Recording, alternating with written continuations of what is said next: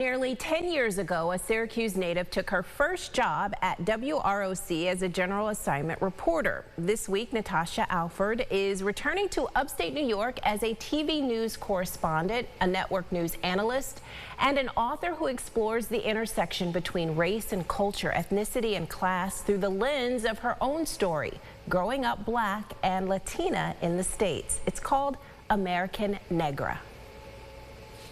I really wanted to tell a success story in America, what it means to grow up as a child in a high poverty neighborhood who makes it out. Part of Natasha Alford's story takes place in Rochester, where she spent some of her preschool years.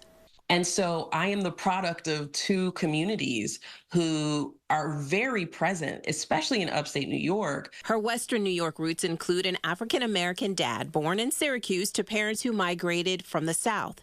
He married her Puerto Rican mommy born in the Bronx to parents who migrated from the island of Puerto Rico to New York City. Also looking for opportunity, also looking for a better life. At an early age, Natasha admits she would ask probing questions. In the book, she writes about the time she and her mother were driving back to their Rochester home after leaving the suburbs.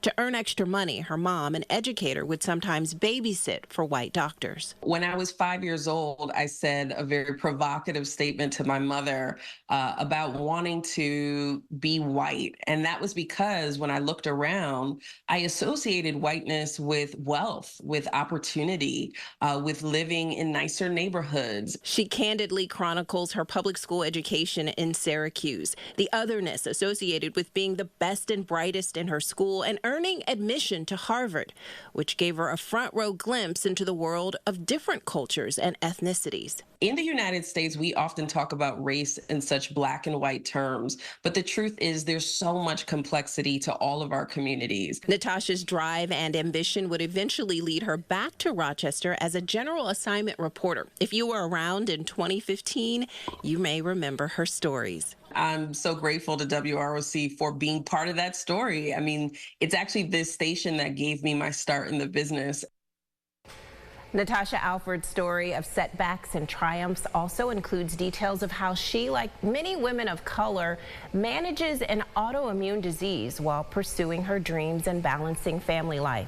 This Sunday, Natasha Alford will be signing her memoir at the Barnes & Nobles in Pittsburgh. We have details at rochesterfirst.com.